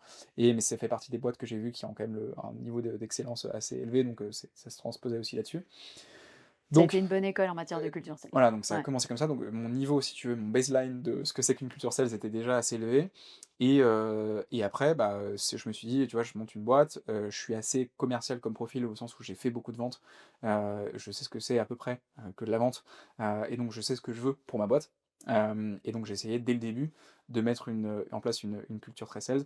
Qu'est-ce que ça veut dire? Enfin, une très grosse excellence en sales. Ce que ça veut dire pour moi, c'est un premier axe qui est, le volume et le fait de faire. Heu, donc ce que ça veut dire tout simplement, c'est que, en fait, tout le monde call, que tu sois, SDR, AE, Head of Sales, Founder, moi j'ai jusqu'à, mardi, Bon, dernier, je participe. call, j'ai fait des call mardi, tu vois? Mes investisseurs m'en voudraient si je disais ça, ils sont pas contents quand je dis que je fais des call. Mais bon, j'en fais très peu, mais tu vois, j'ai commencé en faisant énormément de call, c'est moi qui drivais la boîte, au call quand j'étais tout seul, au début. Donc je pense qu'il y a ce 1 niveau d'excellence qui passe par le fait de répéter, de faire beaucoup, donc de faire du volume, et de faire des choses qui sont inconfortables. C'est-à-dire prendre son téléphone, décrocher, parler à quelqu'un, être à l'aise avec le fait de déranger quelqu'un, parce que tu es convaincu que tu vas lui apporter de la valeur, et cetera. Donc ça, c'est le premier axe, je pense, d'excellence sales. Et bon, ça peut paraître évident quand tu fais du sales, mais c'est pas si évident que ça. Je pense que tu as beaucoup de cultures de boîtes où, les gens se sont mis à arrêter de coller. J'en ai parlé récemment avec mon head of sales qui a vu ça dans certaines de ses boîtes. Tu vois? Où en fait, il y a de l'inbound, donc c'est bon, on prend les inbound en premier rendez-vous, on se repose dessus, et cetera. Ça, c'est le premier truc. Je pense que tu as un 2 truc, c'est sur, tout simplement les profils que tu recrutes et sur la culture de boîte au global. C'est-à-dire, moi, je recherche des gens qui sont un peu fous, qui ont un peu des problèmes, qui ont une raison dans la vie de faire des trucs de ouf et qui sont drivés pour, tu vois? Ça peut être plein de raisons, ils ont une enfance difficile, ils ont envie de se prouver un truc, ils ont envie de prouver un truc à leur père, à leur copine, à leur je sais pas quoi. Mais tu vois, qui ont vraiment quelque chose à prouver et qui ne se satisfont pas de, juste faire, un truc OK, dans leur vie. Et donc je recherche ces profils-là qui ont envie d'aller très, très vite, dans leur carrière, qui ont envie d'aller très, très loin, qui sont drivés par le fait de faire des choses exceptionnelles pour eux, pour, le monde, et cetera. Et donc ça, faut détecter ça dans les profils, parce que derrière ça va évidemment se diffuser dans ton organisation sales et sur la boîte. Donc ça, c'est aller chercher tout simplement des profils très drivés, très ambitieux, avec, une forte capacité d'encaisser les coups, parce qu'ils ont un objectif supérieur, tu vois, plus haut que, juste faire un call ou juste, choper un rendez-vous, Il quoi. y a un mot pour ça, hein? Qu'est-ce que c'est? Bah, avoir le grit. Alors le grit, ouais. Alors le Mmh. grit pour moi c'est encore autre chose. Mais, parce Ah oui? que Alors c'est quoi pour toi? je pense que tu as des profils très ambitieux qui ont pas de grit. Bon après évidemment c'est lié, si tu es vraiment ambitieux, en vrai tu dois avoir du grit parce que, Normalement. voilà. Mmh. Donc le grit, alors c'est fameux, c'est la détermination, c'est le fait de pas lâcher, c'est un mot anglais, très apprécié en startup, mais oui en sales. Et donc, ouais, le grit c'est hyper important, et alors ça pour le repérer dans les profils, bonne chance, C'est ça. très difficile à recruter le grit. Et Est-ce que ouais, est-ce que tu sais d'ailleurs combien tu as rencontré de SDR en entretien? Toi ou ton team lead qui t'a aidé au recrutement pour en recruter un SDR? j'ai plus les stats, donc je te dirais une bêtise, mais on a dû au moins voir en screening 50 profils pour un recruté. 50 Parce profils que pour un recruté, au moins. 50 pour en Au moins 50 screening calls, donc des gens qu'on prend en premier rendez-vous de 20-30 minutes, où on leur pour en demande, c'est recruter quoi un. l'objectif, voilà, pour en recruter un, au moins. Donc on voit là le niveau d'exigence déjà, ne serait-ce qu'avec ce Écoute, je sais pas quels sont les ce benchmarks, Matrix. mais Je pense que la plupart est à moins, mais c'est aussi parce qu'il y a quand même pas énormément, on manque de BDR en France. Moi, je dis BDR pour l'autre bande, donc pardon pour ça. Mais en tout cas, je ne connais aucun entrepreneur, qui ne m'ait pas dit, «Je veux quelqu'un qui est fin», tu vois? Qui a faim, qui a le feu, qui ose, qui y va, qui ouais. décroche le téléphone et cetera. Par contre, pour l'identifier, toi, qu'est-ce que tu posais comme question? Alors moi, j'ai mes questions de culture fit que je ne dévoilerai pas aujourd'hui parce que sinon tout le monde va connaître les questions que je pose. Mais j'ai donc en fait, la manière dont on teste ça, c'est déjà moi dans mon process de recrutement, il y a que des gens à chaque étape qui sont hyper driven et qui cherchent des profils driven. Donc j'ai des profils Mais les premiers, tu as bien un dû peu les recruter psychopathes, toi-même. Ouais. comment? Les premiers, tu as bien dû les recruter toi-même. Je Tout à pense fait. à Alexandre Fro qui Ouais, t'a alors aidé dans le Alexandre recrutement. Fro, c'est simple, le gars, il m'a dit en premier entretien, à l'époque, j'étais encore chez OSS, donc je recrutais pour OSS D'accord. et j'étais parti pour recruter qu'une personne, mais finalement, j'en ai recruté 2 dont Alexandre Fro, Mmh. parce que le gars m'a, eu au tel et il m'a dit c'est moi qui fais juste un screening téléphonique de 20 minutes et il me dit: «Ouais, j'ai découvert OSS, franchement, c'est ouf, moi, c'est exactement ce que je veux faire, c'est exactement l'environnement dans lequel j'ai envie d'évoluer, ouais, je suis franchement hyper content que vous m'ayez pris au téléphone», et j'ai senti dans sa voix le Surmotivé. gars, qui franchement, il avait pas peur, il avait envie de rien lâcher. Pas forcément le profil, tu sais, que tu vas attendre, avec l'école parfaite, avec, tu vois, le profil hyper linéaire et tout. Mais, avec tu vois, la tête bien faite, très, très, très forte détermination. Mmh. Je me suis dit: «Bon, lui, de toutes les manières, il fera des choses». Je Mmh. l'ai senti ça. Bon, bah, à l'époque, j'étais moins structuré sur le recrutement, mais maintenant, j'ai, en culture fit, des questions que je pose à tous les gens de la boîte, donc Oui. pas seulement les sales.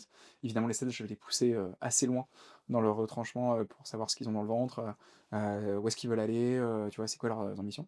Mmh. Et donc sans aller dans le détail, pour pas divulguer, les tu vois, les différentes questions, je passe, allez, 15 minutes au moins sur le culture fit, sur, juste, c'est quoi l'ambition de la personne? Où est-ce qu'elle veut aller? Pourquoi? Pourquoi c'est important pour elle? Et Tu cetera. cherches les moteurs aussi évidemment. Exactement, et je vais passer au moins 15 minutes, parce que j'ai mes questions d'ouverture, mais après tant que j'ai pas compris ce qui se passait, dans la tête de la personne et quelles étaient ses réelles Et en motivations. tant que recruteur et manager, tu gardes aussi cette data qui est précieuse, par la suite pour les onboarder? 100. Et d'ailleurs, j'ai ça avec toutes les personnes de la boîte que je manage pas forcément, enfin avec tous la team sales qui sont du coup mes N-2, les SDR. J'ai des one-one tous les mois avec eux, Mmh. qui sont beaucoup plus axés, carrière, leur position chez Bonks, où est-ce qu'ils à quoi ils peuvent prétendre, ce qu'il faut qu'ils fassent en plus pour y arriver, et cetera. Et donc j'ai des sessions dédiées avec chacun d'eux pour, faire en sorte que, je sache à peu près, toujours ce qui se passe dans la tête de, tu vois, des SDR, parce que c'est des personnes hyper clés, dans la boîte. Que aussi eux puissent me poser la question de, bah, tout simplement, tu vois, ils ont telle envie, ils veulent avoir tel next step, qu'est-ce qu'il faut faire? Un conseil, un feedback, et cetera. Donc le dossier collaborateur, il commence là quoi? Il commence même, dès le process de recrutement? Je sais même Où pas là, ce que tu tu gardes appelles un la dossier collaborateur. IA, bah, c'est en fait, c'est ce qui permet de mieux le connaître au fur et à mesure et durant toute sa vie, en fait, de collaborateur. C'est-à-dire du premier call que tu fais avec eux, durant le process de recrutement jusqu'à l'offboarding. Ouais, Au ouais, tout à moment fait. où, Et d'ailleurs, je pense que je pense que les gens sous-estiment complètement l'importance des motivations fondamentales des gens. Parce qu'en fait, tu peux obtenir beaucoup d'une personne qui a un intérêt aligné avec ce que tu veux faire avec ton bien sûr. entreprise, même si la personne n'a pas forcément directement les compétences, exactement le profil que tu veux, le parcours, propre, et cetera. En revanche, quelqu'un qui a, tu vois, quelqu'un qui a un énorme drive, ou qui a des objectifs très alignés avec les objectifs de ton entreprise et ce que tu vas pouvoir lui proposer, Mmh. et c'est un très fort marqueur de succès puisque, quand ça va être difficile, bah, il y aura un moyen de l'amener vers de le réamener vers la performance, il va pas abandonner, et cetera. Aujourd'hui, il y a quand même beaucoup de head of qui sont des coachs. Donc le coach, c'est aller chercher justement ces moteurs, hein, pour pouvoir, comprendre, comment, activer en fait, ce dont on a besoin pour, la dynamique commerciale. D'ailleurs, on a beaucoup libéré les head of avec, les postes comme, sales ops, sales enabler et cetera. C'est pour que justement ils passent plus de temps avec leurs équipes et être coach.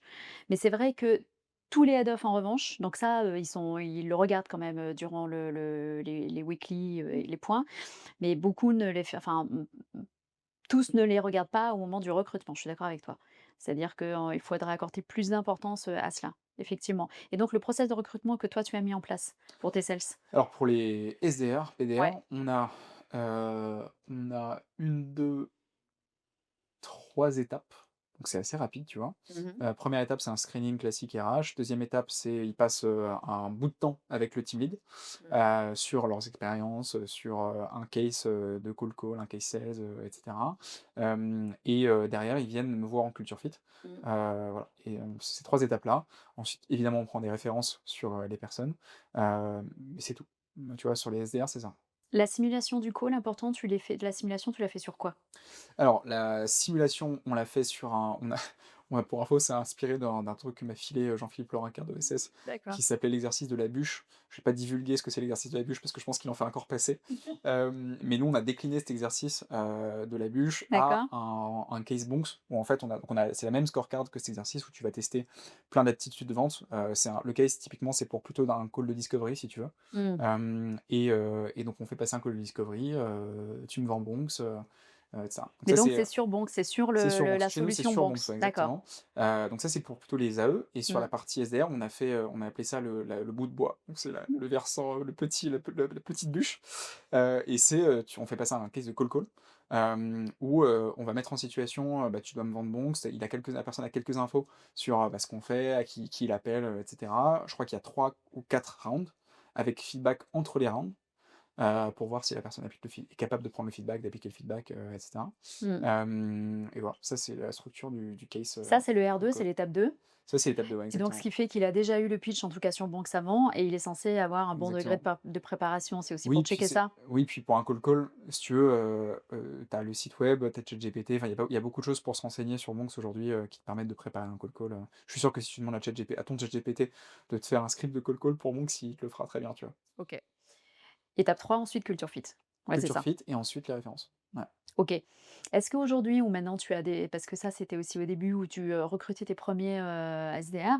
Est-ce que, aujourd'hui ils sont 6 par exemple, tu les mets dans la boucle ou pas du tout? Ou tu as une conviction sur le fait qu'ils n'ont pas à intervenir dans le process de recrutement? Alors, Pour le culture fit notamment, avec l'équipe? aujourd'hui non, mais c'est vrai que, tu vois, on a recruté 6 d'un coup, donc le process il a pas évolué entre temps parce qu'on n'a pas recruté de SDR. Mmh. Donc potentiellement ce qu'on va faire, c'est que là, je vais les faire venir en présentiel pour le culture fit, Ouais, et c'est l'occasion de rencontrer les autres SDR, tu vois? d'accord. Mais aujourd'hui, si tu veux, faire rencontrer les autres SDR à tous les SDR, ça peut être, très, très long. Donc je préfère qu'ils rencontrent le team lead, qui sait très bien ce que c'est le métier, peut très bien lui expliquer ce que c'est le Monks, Mmh. sait comment on call, et cetera. D'accord. OK. Non, parce que je connais des boîtes, où ils rencontrent toute l'équipe Ah oui? pour, voilà, pour avoir l'avis de tout le monde, donc OK. ça peut être compliqué. OK, l'onboarding, du coup, là, c'était une promo? Tu les as tous onboardés en même temps ou plutôt au fil de l'eau, selon leur dispo? Malheureusement au fil de l'eau parce qu'on a eu, à chaque fois 2 semaines de décalage, donc on a onboardé, ouais, je pense 6 personnes, tu vois, avec, en décalage. Mais bon, on a l'avantage que sur l'onboarding, tu as un truc très structuré où, les outils sont pas difficiles à prendre en main. Ils ont une bibliothèque des 15 meilleurs calls, de l'histoire de la boîte, D'accord.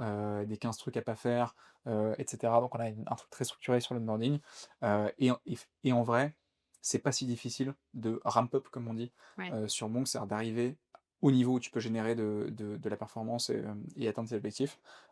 Et donc, tu vois, au bout d'un mois, tu peux considérer que tu apportes, on considère qu'un SDR, au bout d'un mois, doit faire 70 de son objectif, quoi. Mais dans la construction de ton onboarding, tu avais déjà prévu, en tout cas, la transmission écrite. Tu parlais aussi, des vidéos, enfin, des calls qui sont enregistrés Ouais, on a donc et les 3 dimensions, c'est tu ouais. as documentation écrite du Mmh. process, Mmh. 2, tu as les enregistrements, donc la bibliothèque, si tu veux, de calls qui sont les benchmarks de comment on call ou de comment faut pas caller, et cetera. Mmh. Et 3e truc, c'est le coaching, le roleplay, où, bah, sur plus du détail de comment est-ce qu'on fait passer, tu vois, de, 4 sur 10 à 8 sur 10 un SDR, bah, là, ou de 6 sur 10 à 8 sur 10, là, c'est plutôt du coaching individuel, roleplay ou roleplay en groupe, sur des choses spécifiques où on veut les faire, progresser. D'accord. Tu parlais tout à l'heure tu as créé un plateau avec des écrans pour afficher aussi, Ouais. les résultats, des SDR. Ça, c'est quelque chose aussi, tu les avertis à l'avance d'ailleurs pour voir, s'ils sont OK avec ça? Ou, de Ouais, toute façon, moi en culture c'est fit, je leur dis que ça va être bien. En culture fit, je leur dis, c'est pas pour tu tout le vends pas monde. du rêve? Non. Tu es hyper Enfin, je transparent? leur vends le rêve, Oui, de évidemment, la évidemment, je leur mission, dis: «Bah, la vision. c'est le plus gros marché software du monde, on est les mieux backés financièrement en Europe, on est vu comme, la future solution, sur le RP IA dans l'industrie». Évidemment, je leur dis tous ces trucs-là qui sont vrais, Mmh. et après je leur dis aussi, bah, ça va être très dur parce que nous, on veut pas s'arrêter à faire une boîte à 100 millions. On veut être le leader, tu vois, de l'Ouest étendu, tu vois, Amérique et Europe, sur le RP dans l'industrie. Donc si vous voulez pas faire ça, faut pas venir. Et je Comme leur ça, tu vois s'ils ont le grit ou pas. et je leur dis et je leur dis, voilà, et je leur dis aussi: «On n'est pas une boîte de M&A, on n'a pas une culture toxique, on va pas t'appeler à 2 heures du mat. De toute façon, quand tu es commercial, ça sert à rien de bosser à 2 heures du mat». Donc, tu vois, on leur dit aussi ça, je leur dis aussi ça, pour leur dire comment on est organisé, et que, tu vois, on est une équipe de foot, on n'est pas une équipe de M&A, tu vois? Donc, l'équipe de foot, ça bosse la journée, c'est intense, c'est difficile, faut avoir du grit et tout, mais voilà. Et au niveau amplitude horaire d'ailleurs, c'est quoi? Ça, c'est moi franchement, j'ai fixé pour aucune des teams de la boîte, personne dans la boîte, des horaires. Tu D'accord, pas d'horaire il y a dans la pas de cadre boîte, là-dessus. surtout sur les sales, je les laisse s'organiser comme ils veulent. Ouais. Il y a juste une routine obligatoire, tu vois, un mardi matin où j'essaie de faire venir les gens à 8 heures ou 8h30 pour leur montrer que, un, c'est possible, 2, les gens répondent beaucoup à cette heure-là, parce que aucun commercial Ils sont en n'appelle train de prendre leur notamment, café, ouais, et puis les industriels, tu sais, ils sont dans la voiture mmh, pour aller, au bureau, donc sur le site, ouais. exactement, ils ont leur Bluetooth dans la voiture, enfin, tu vois, il y a des trucs, il y a des petits hacks sympas. Mais après, il y a pas d'horaire particulier. Je leur dis toujours en entretien, attendez-vous à bosser beaucoup. 100. Mais il y a tu vois, il y a aucune obligation d'être au bureau, tard ou tôt et cetera. Je m'en fiche tant qu'ils font leurs objectifs, tout le monde est content. Et alors du coup, de même, du coup, ça les fait il y en a certains qui viennent à 8h 30? Ouais. D'autres jours que le Ouais, mardi? ouais, ouais, tu as des patterns qui se dessinent, Ah. donc tu as alors et franchement, c'est pas forcément les plus performants qui viennent, tu vois, le plus tôt ou le plus tard, c'est vraiment ça dépend. Parfois, tu as celui qui veut rattraper son objectif, tu vois, qui a 2 semaines, il sent qu'il va rater, donc il vient très tôt tous les jours pour essayer de rattraper. Tu as les gens qui ont juste une éthique de travail, très poussée de base et qui sont structurés et qui viennent tôt le matin ou et cetera. Mais c'est assez variable et puis après, de toute façon, c'est les horaires commerciaux, on respecte les horaires de business, quoi, donc faut appeler quand les gens répondent, quoi. Alors, tu as une particularité aussi, en tant que founder, manager parce que, le métier de sales, c'est un métier de doueur, il te va très bien aussi parce que toi, tu t'es particulièrement entraîné avec la musique. C'est vrai, c'est vrai, c'est vrai. Et tu fais un parallèle aussi entre, finalement, le fait que tu étais musicien et aujourd'hui ce que tu dois déployer comme effort, en tant que sales. Ouais, mais d'ailleurs, tu me poses la question sur le grit. Je veux dire, un des trucs que j'ai pour identifier si une personne a du grit et je le mets particulièrement pour les profils commerciaux, je demande à mon RPO, donc la personne, qui s'occupe du recrutement, je lui demande check s'ils ont un background musical ou sportif. C'est Heu, un domaine d'excellence en tout cas, si et ouais, en fait, dans l'avantage avec lequel le ils sport et excellent. la musique, c'est que dans les 2 cas, tu peux mesurer à peu près le niveau d'excellence. D'accord. C'est des domaines où tu dois beaucoup répéter pour arriver à de la performance, ce qui est pareil dans les sales, tu dois beaucoup répéter pour arriver à un très haut niveau. Dans tous les aspects, il y a de la compétition, c'est ingrat, la musique particulièrement parce qu'en fait, tu vois, il y a des gens qui ont plus ou moins de talent, et puis il y a plein de dimensions dans la musique, donc tu peux être bon en rythme mais mauvais en mélodie, et cetera et donc il y a beaucoup, beaucoup d'efforts, de répétitions, et en plus, en général, quand tu es allé très loin, dans un instrument, enfin, tu vois, dans un domaine, musical ou dans le sport, c'est qu'en général, tu as une motivation un peu intrinsèque, tu as un truc qui te bouge dans la vie où tu peux pas te satisfaire de peu, et donc quand tu es allé très loin dans le sport ou dans la musique en général, il y a ça, il y a ça. Le dernier truc que j'aime bien dans le sport ou dans la musique, c'est qu'en général, les performances exceptionnelles dans un domaine sont transférables. Donc si tu as été capable de faire des choses exceptionnelles dans un domaine, tu seras capable de le faire dans un autre. On peut dire dans quel instrument tu maîtrises? Oui, bien sûr, beaucoup, mais du coup, la guitare étant mon instrument principal, ouais. La guitare, donc pour tous ceux qui ont envie aussi d'écouter les morceaux, tu diffuses des morceaux sur quelle Tout à fait, plateforme? sur Spotify, sur SoundCloud, sur Instagram, sur plein de plateformes différentes. Pas du tout structuré, je m'en occupe, pas du tout, Sous le nom mais d'Alexandre Barou, tu pas de nom tu de Alexandre Barraud, normalement, les gens doivent pouvoir trouver pas mal de choses, ouais. j'en ai trouvé une moi, je t'avoue. C'est vrai? Oui, j'en ai trouvé une et qui s'appelle Bonks. Ah! Notre Il y a hymne 2 mois. national. Est-ce que tu t'en sers aussi pour, du coup, les embarquer, dans un ADN particulier, pour Ouais, animer, la force alors de on l'entreprise? a on a des rituels, si ça va paraître très cliché, caricature de la Startup Nation, mais on a des chansons pour chaque événement majeur, donc pour le closing en Italie, on a une chanson closing en Italie, pour, Excellent. la réservation de R1, donc de premier rendez-vous, on a une chanson pour ça. Bon, on a arrêté Tu de la pas mettre. le gong, toi tu as une musique en On a fait? le gong aussi, D'accord. mais voilà et on a une musique du coup pour le booking de meeting, mais maintenant on a beaucoup trop de meetings, donc on a arrêté de mettre cette musique. Donc ouais, t'as pas mal de la musique, on va dire que j'ai réussi à mettre la musique dans mon quotidien, aussi chez Bonks, quoi. Et ouais et l'hymne de Bonks, on le met plutôt pour les week close. Donc c'est la fin du week close, c'est l'hymne de Bonks, sur des bonnes enceintes. Et t'en as créé d'autres qui sont dédiés en fait à parce que c'est génial en fait pour des séminaires ou autres de pouvoir leur jouer. Tu leur joues toi de la musique? Je leur ai jamais joué de la musique, Ouais. mais je leur ai dit que, c'est prévu qu'à la série B, on fasse un truc un peu fancy, où j'arrive sur scène, sur un truc de guitare et puis derrière je fais keynote des dernières features de Bonks, on fera Excellent. ça. Et donc en tout cas, c'est un super tips de regarder effectivement s'il y a un domaine dans lequel ils excellent, notamment sport et musique. Qu'est-ce que tu regardes d'autre sur le CV? Je regarde peu l'école, même si c'est un filtre, tu vois? Tu te dis: «Bon, a Quand même, priori, ouais. un top école, il y a tout, il y a c'est rassurant, quoi», tu te dis: «Tu filtres». Bon, bah, après j'ai aussi beaucoup de contre-exemples de gens très forts chez Monks qui, ont pas forcément fait les meilleures écoles. Donc on regarde pas forcément ça. Je regarde évidemment l'expérience sales, donc c'est toujours un plus, tu vois? Une expérience où tu as vendu quelque chose. Pour les plus juniors, j'aime bien, tu vois? Quand ils ont monté un projet, tu vois? On a recruté une commerciale, elle avait monté une marque de sac à main, Mmh. fait en liane de Bali. Enfin, si tu veux, elle a fait un truc à Bali, je sais plus si c'était un échange, universitaire ou D'accord. voyage, pour le kiff et elle est revenue, elle a fait un business où elle vendait des sacs en laine de Bali, si tu veux et elle les vendait en e-commerce. Mmh. Donc elle comprenait en plus nos problématiques, supply chain, vite fait, et bref, elle a monté ça, elle en a vendu quelques-uns, le business a marché un peu et mine de rien, ça prouve, tu vois, qu'elle s'est donné elle a eu de l'interaction client, elle a fait des trucs, elle a fait des trucs, quoi. Elle était pas juste en boîte de conseil, à faire des slides, et donc ça, c'est très cool sur un CV. Mmh. Et voilà. Pour ton Après, business en particulier et aussi parce que tu as besoin quand tu es sur le go to market de profils entrepreneurs. oui, et surtout quand tu recrutes des très juniors, tu peux pas te baser sur les expériences, tu vois, sur les logos des boîtes, quoi. En général, ils ont peu d'expérience professionnelle, Mmh. puis tu vois, dans ce cas, le cas de cette fille, elle venait du VC, donc le VC, c'est pas forcément hyper, intéressant pour venir faire des sales, derrière. Ça a été un marqueur où je me suis dit: «Tiens, intéressant», elle m'a dit ça en entretien. Je l'avais pas vu sur le CV, mais ouais. La connaissance des personas ou de la cible, c'était pas un prérequis? Pas du tout.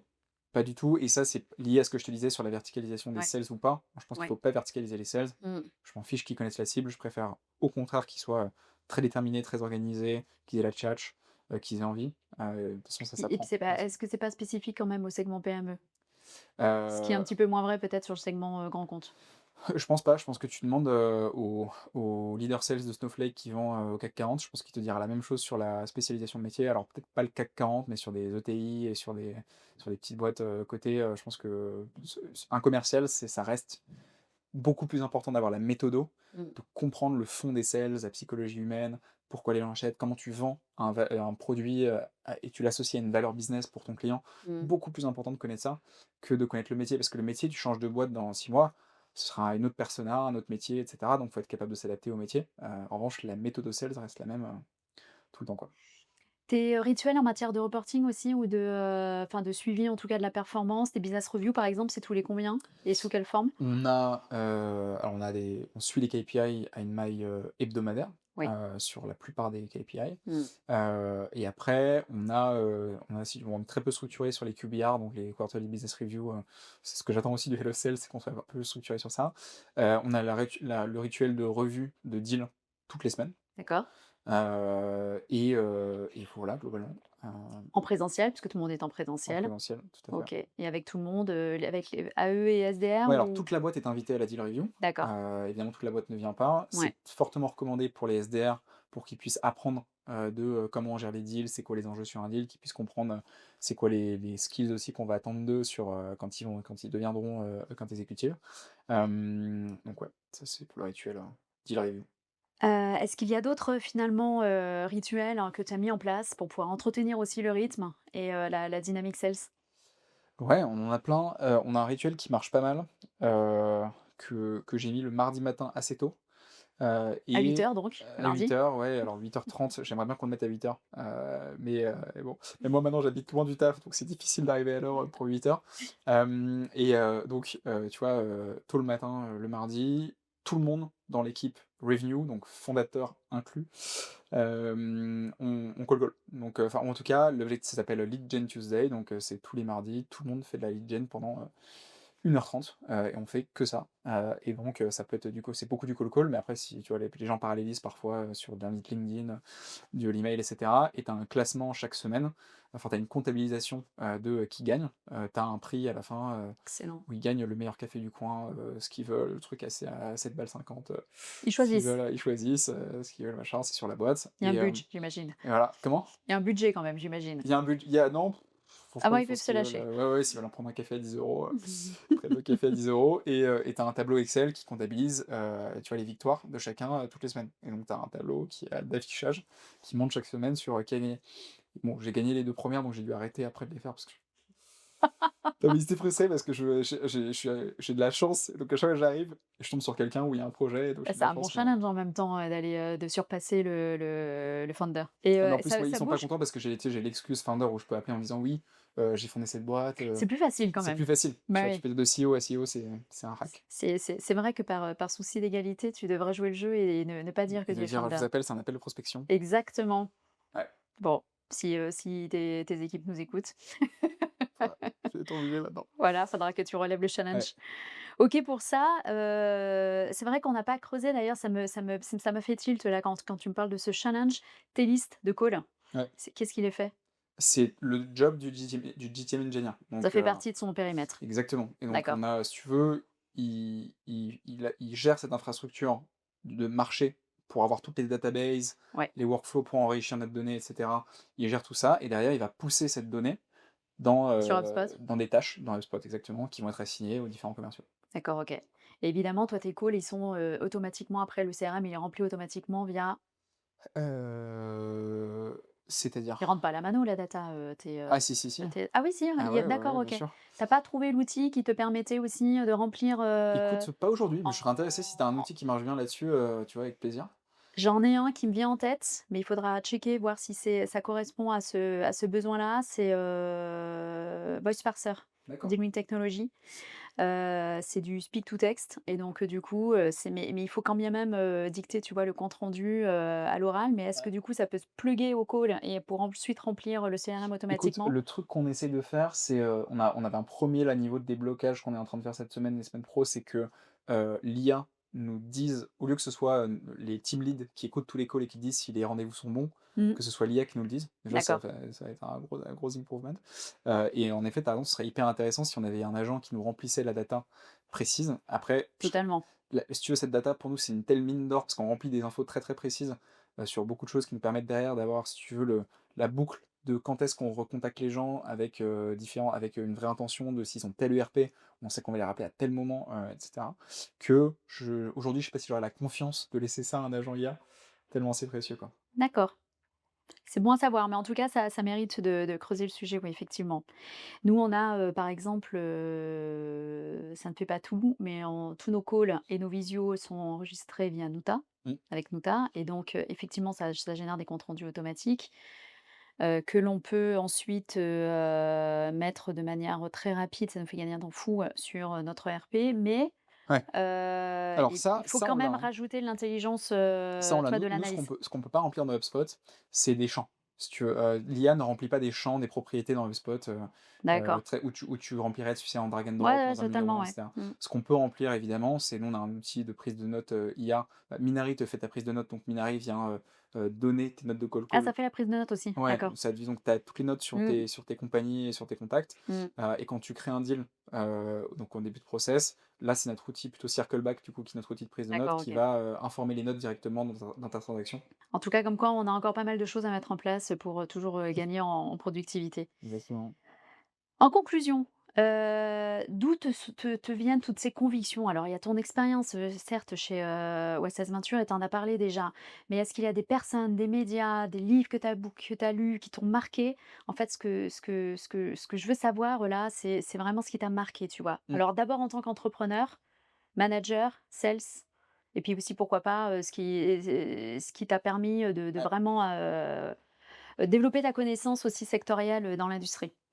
Alors je pense que le premier truc que je dirais, et ça va être controversé pour ton audience, française, c'est qu'il faut changer de modèle mental et il faut penser, modèle anglo-saxon sur les sales. C'est très controversé. C'est-à-dire? C'est-à-dire qu'il faut apprendre l'anglais, il Ça faut oui. faire de son premier contenu de l'anglais, Mmh, donc il faut lire en anglais, il faut écouter en anglais parce que les meilleurs des meilleurs en sales, ils sont aux États-Unis. d'accord Voilà, donc ça c'est le premier truc que et je pas traduit dirais. en français Et comment? et pas traduit en français? Et pas traduit en français. Mmh, Non. Enfin, bon, parce que enfin, moi et je considère que c'est aussi du dev perso, du développement personnel, de manière générale pour les gens d'apprendre l'anglais et de s'acclimater à, très bien parler anglais, enfin, je veux dire, je suis le 1er à être patriote, hein, bien sûr, mais bien sûr. mais ça fait partie des skills, pour la vie, de savoir faire ça et donc ça a aussi une implication en sales très forte, c'est que je te dis, les meilleures ressources sales du monde sont des Américains Mmh. et donc pour des gens qui auraient pas dans leur sphère mentale ces gens-là, pour moi, ils ont déjà si tu veux, ils sont déjà un étage en dessous de, des meilleures pratiques. Donc après moi, ce qui m'a marqué dans l'ordre de ma vie, à l'époque où je connaissais pas les sales, mais tu dois connaître sûrement, c'est How to Influence and Influence People de Mmh, Dale Carnegie, oui, qui pour moi reste un bouquin de sales. une référence. Une référence, c'est ouais, c'est une référence de dev perso, mais c'est une vraie référence en sales parce que c'est Mmh, les bases, tu vois? Et puis, je sais pas si tu connais l'effet Lindy? oui, L'effet Lindy, voilà, c'est la durée de vie d'un objet qui, tu vois? Et plus totalement. un objet a duré longtemps, plus il a de chances de durer longtemps. Bah, Dale Carnegie, c'est le bouquin de business qui a duré le plus longtemps dans l'histoire et qui sûrement, du coup, durera le plus longtemps, parce que c'est des trucs très simples, mais hyper vrai et hyper utile. Donc ça, c'était un peu la base de, tu vois, comprendre les relations humaines, comprendre comment les gens pensent, et C'est cetera. intemporel. Exactement. Et après, j'ai eu un déclencheur sur la culture d'excellence sales et ce qu'il faut mettre en place, en fait, le niveau de profondeur que tu peux avoir en sales par rapport à ce qu'on m'avait montré au début de ma carrière, qui est un podcast, si tu veux, le gars s'appelle John McMahon, c'est, le mec qui a monté le Revenue, qui était ce 1er CRO d'une boîte qui s'appelle PTC aux US, PTC, qui est une énorme boîte de software industriel, que personne connaît parce que c'est du software industriel. Mmh. Mais si tu veux, c'est l'équivalent de Dassault Systèmes en plus moderne et en plus gros D'accord. aux US. OK. Et le mec a fait CRO de cette boîte, il a ensuite fait CRO de BMC Software, qui est pareil, une énorme boîte de software. Et ensuite, il a été board member de plein de boîtes incroyables, notamment premier board member de Snowflake. Et ce gars-là a une mafia de gens qu'il a formés partout dans les meilleures boîtes que tu connais, Datadog, MongoDB, etc., qui sont tous ses ex-managers, tu vois, D'accord. de sa mafia, de sa méthodo. Ouais. Je crois que c'est l'inventeur de la méthode médic. Ah oui? Mais bon, comme tout le monde se dit inventeur de la méthode médic, je ne sais pas. Mmh. Et ce gars-là est maintenant retraité et il a un podcast et il raconte tout, sur, tu vois, sur, ses méthodes, et cetera, et surtout il a des invités incroyables. Et ses invités, c'est, le founder d'HubSpot, le founder de Snowflake, le CEO de D'accord. Snowflake, et c'est que des gens comme ça. Et ils vont sur les sujets hyper simples sales, tu vois? C'était quoi les sales HubSpot quand vous avez chopé les 100 premiers clients? Comment est-ce que tu fais? T'invites un gars qui t'explique, pendant 1h30, comment est-ce que tu parles à un economic buyer et comment est-ce que tu remontes à l'economic buyer, et cetera. Et c'est, excellent. C'est vraiment excellent. Tu as aussi des épisodes sur le sales leadership. Mmh. Donc, comment est-ce que tu as on parlait de la position de manager coach, Ouais. de comment tu deviens un bon sales leader, qu'est-ce qu'il faut pour être un bon sales leader, et cetera. Voilà, donc ça, c'est une ressource incroyable. C'est intéressant parce qu'il interviewe des gens qui sont encore en poste et qui, du coup, il se base pas uniquement sur ce qu'a vécu lui. Tu me disais qu'il Exactement, et était à la puis retraite. Donc, le réseau du gars, c'est, je te dis, c'est les founders des meilleures boîtes de enterprise software, alors le aux nom du États-Unis, podcast, du quoi. coup, tu me l'as Donc pas ça dit? s'appelle Revenue Builders Podcast, D'accord, disponible sur Spotify, le bien nommé. et j'imagine les autres plateformes. Donc ça, c'est, 1re ressource que je dirais à tout le monde de poncer, tu vois, au démarrage de leur carrière sales ou même après. Pour te dire, Jean-Philippe Laurinquer, avec qui on a découvert ce podcast, et qui on a essayé de le diffuser dans toute, la communauté OSS, lui-même réapprenait des trucs alors qu'il a 25 ans de sales, derrière lui, quoi. Tu l'écoutais déjà en 2021, donc ça veut dire qu'il y a il y a il y Je a l'écoutais pléthore en d'épisodes. 2023, je pense en 2023 on a commencé D'accord. à l'écouter, ouais. Ouais, donc doit y avoir déjà Ouais, quelques-uns, quelques épisodes à ouais. écouter. Donc ça, il a écrit un bouquin mais qui est qui est un peu mal foutu, qui s'appelle The Qualified Sales Leader, D'accord. que je recommande pas forcément, OK. plus intéressant le podcast. Mmh. Et après en termes de ressources, c'est déjà pas mal, hein, en sales Ouais, pur en tout cas. d'accord, OK. En sales pur. Pour un entrepreneur, pour, le gérer son entreprise, piloter son entreprise, prendre les bonnes Ouais, décisions, est-ce hem, que tu as une recommandation alors ou ça pas? dépend du stade, de Évidemment. l'entrepreneur. Quand tu montes ta boîte pour comprendre ce que c'est une startup, Ouais. enfin quand tu es sur le modèle startup parce que toutes les boîtes ne sont pas destinées à être des startups, Mmh. tu as Zero to One de Peter Thiel qui est la référence, et qui est vraiment excellent. Mmh. Donc Peter Thiel, founder de PayPal, Oui. et cetera, et Palantir. Donc vraiment excellente ressource, très simple, mais vraiment très profond. Ça te montre ce que c'est, une startup, ce que ça n'est pas. Du coup, comment tu réfléchis quand tu veux passer de 0 à 1, c'est-à-dire, tu rien et tu veux, prouver un modèle, prouver un produit, choper tes premiers customers, et cetera. Mmh. Quand tu veux comprendre le management, tu as High Output Management du founder d'Intel dont j'ai oublié le nom, qui est pas mal du tout. Voilà, ouais. Non, non, non, non, je ne vais pas le retrouver. Ouais, moi J'étais non en plus, train là, de je l'ai plus. Non, et après tu as, alors je te terminerai sur un bouquin d'entrepreneur, mais enfin qui est un bouquin de vie, mais un bouquin d'entrepreneur. Tu as, un 3e bouquin qui est, plutôt pour CEO, que j'ai commencé, qui est Mmh. vachement bien mais j'ai pas fini, qui est le bouquin du CEO de Snowflake, qui a fait Snowflake de, genre, 20 millions d'ARR à l'IPO, D'accord. et qui a fait quand même la plus grosse IPO des US en 15 ans, tu vois, à 70 milliards, quand ils sont introduits en bourse, qui s'appelle Frank Slootman, et le bouquin c'est, Amp It Up. D'accord.